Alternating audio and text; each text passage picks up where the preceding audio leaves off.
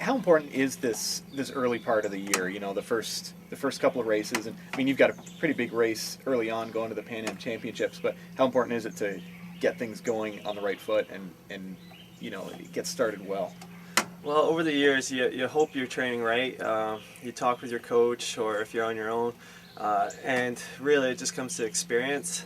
Yeah, the first race is always kind of a feeler to see how fitness is, but you're kind of hoping you're in the right fitness for it. But you sometimes get it where, hey, my fitness is totally off, and then you can be really messed up for the beginning of the season. But usually in that case, midsummer you're coming around, and by the end you're flying. Right, right.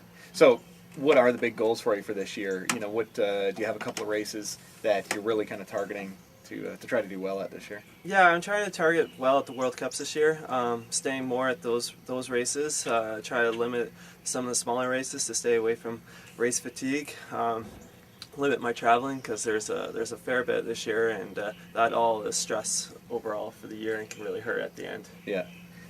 World Championships at the end of the year. They were in Canada last year, and I think you're saying 37th the last 2 years, which is pretty surprising to finish in the exact same spot 2 years in a row. So I'm guessing this year you'd like to try to change that number? Yes, this year I would. The course in Champery, Switzerland is a really amazing course. I've rode it the last 2 years. I've had both pretty good results there. It's a very challenging technical course. It's somewhat like Mount St. Anne. They've added some man-made features that make it pretty technical and exciting for the spectators for sure.